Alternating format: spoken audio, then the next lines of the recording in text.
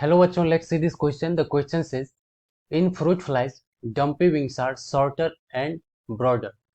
Fruit flies में dumpy wing जो होता है शॉर्टर एंड ब्रॉडर होता है देन नॉर्मल विंग के कंपैरिजन में. The alleles for normal wings capital D is dominant to the alleles for dumpy wings small D. Capital D जो है सो नॉर्मल विंग के लिए रिस्पॉन्सिबल है जो कि डोमिनेंट है, और स्मॉल डी डम्पी विंग्स के लिए रिस्पॉन्सिबल है जो कि रेसेसिव है. 75 normal wing and 25 dumpy wing flies. The genotype of parents would be. तो यहाँ पे हमें फाइंड क्या करना है, पेरेंट्स का जीनोटाइप. तो हमारा की कॉन्सेप्ट हो जाएगा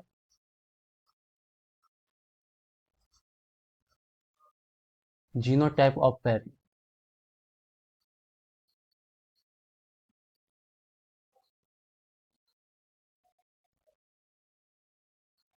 तो आइए हम पेरेंट्स का जीनोटाइप फाइंड आउट करने का कोशिश करते हैं. यहाँ पे मैं लिख लेता हूँ नॉर्मल विंग.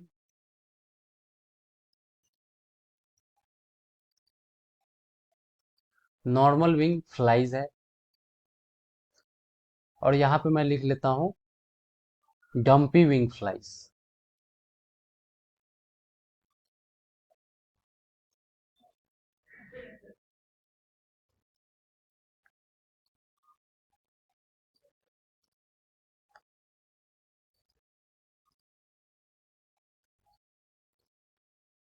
तो नॉर्मल विंग फ्लाइज का नंबर्स कितना है, इसका नंबर है 75, और डम्पी विंग्स फ्लाइज का नंबर्स कितना दिया हुआ है क्वेश्चन में 25.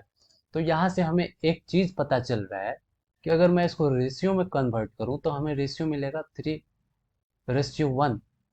तो इससे हमें एक और चीज पता चल रहा है कि 3:1 कहाँ पे देखा था हमने, जब मेंडल ने मोनोहाइब्रिड क्रॉस करवाया था. तो F2 जनरेशन का फिनोटिपिक रेशियो था 3:1. F2 जनरेशन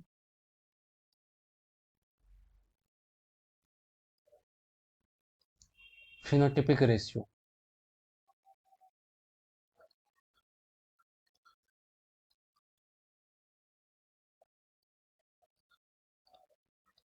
तो F2 जनरेशन का फिनोटिपिक रेशियो ये है, तो उसका पेरेंट्स का जीनोटाइप क्या होगा. तो आइए हम मेंडल्स के क्रॉस को थोड़ा परफॉर्म कर लेते हैं. यहाँ पे मेंडल्स ने एक ऑर्गेनिज्म लिया था कैपिटल टी, जो कि क्या था, टॉल था. और कैपिटल टी जो है सो डोमिनेंट जीन है. दूसरा ऑर्गेनिजम्स लिया मेंडल ने, स्मॉल टी. स्मॉल टी क्या है, स्मॉल टी रेसेसिव जीन है. और ये जो ऑर्गेनिजम्स था वो क्या था, ड्वार्फ. मेंडल्स ने इसके बीच में क्रॉस करवाया था. तो यहाँ से गैमिट बनेगा, यहाँ से एक ही टाइप का गैमिट आएगा कैपिटल टी, और यहाँ से भी एक ही टाइप का गैमिट आएगा स्मॉल टी. ये दोनों गैमिट्स फ्यूज कर जाएगा, क्या बनेगा, कैपिटल टी स्मॉल टी. यहाँ पे जो प्रोजेनी जो होगा वो कैसा होगा, टॉल होगा. मेंडल्स ने क्या किया, इसको क्या किया, सेल्फिंग करवाया. यानी capital T small T cross with capital T small T. तो यहाँ से जो गैमिट्स आएगा हमारा, वो आएगा कैपिटल टी एक गैमिट आएगा, और यहाँ से स्मॉल टी दूसरा गैमिट आएगा. यहाँ से हमें कैपिटल टी एक गैमिट मिलेगा और स्मॉल टी दूसरा गैमिट मिलेगा. तो जब यहाँ पे गैमिट्स का जब फ्यूजन होगा, तो ये गैमिट जब फ्यूज करेगा इससे, तो हमें जीनोटाइप मिलेगा कैपिटल टी. और जब ये वाला गैमिट इस गैमिट से फ्यूज करेगा तो हमें क्या मिलेगा, कैपिटल टी स्मॉल टी. और जब ये वाला गैमिट इस गैमिट से फ्यूज करेगा तो हमें क्या मिलेगा, कैपिटल टी स्मॉल टी. और जब ये वाला गैमिट इस गैमिट से फ्यूज करेगा तो हमें क्या मिलेगा, स्मॉल टी स्मॉल टी. तो यहाँ पे क्या होगा, ये भी टॉल होगा क्योंकि कैपिटल टी डोमिनेंट है.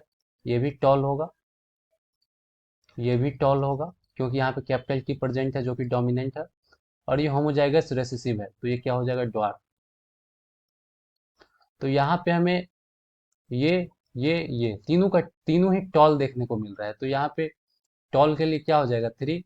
और ड्वार्फ यहाँ पे हमको केवल एक दिखाई पड़ रहा है, तो यहाँ पे आ जाएगा 1. यानी ये क्या है, ये है F2 जनरेशन.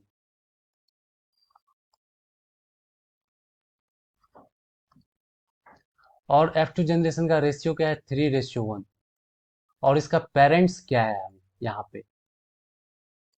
पे पेरेंट्स है हेटेरोजाइगस, दोनों का दोनों पेरेंट्स हेटेरोजाइगस है। तो यानी फ्लाइज के केस में क्या हो जाएगा, फ्लाइज के केस में भी रेशियो 3:1 आ रहा है, तो इसके पेरेंट्स का भी जीनोटाइप क्या हो जाएगा, capital D, small D and capital D, small D. तो आइए हम ऑप्शन में चलते हैं। कैपिटल डी होगा नहीं, कैपिटल डी होगा नहीं, कैपिटल डी स्मॉल डी, तो ये हमारा क्या हो जाएगा, ऑप्शन हो जाएगा correct. So the final answer is option C. I hope you understood it well, best of luck.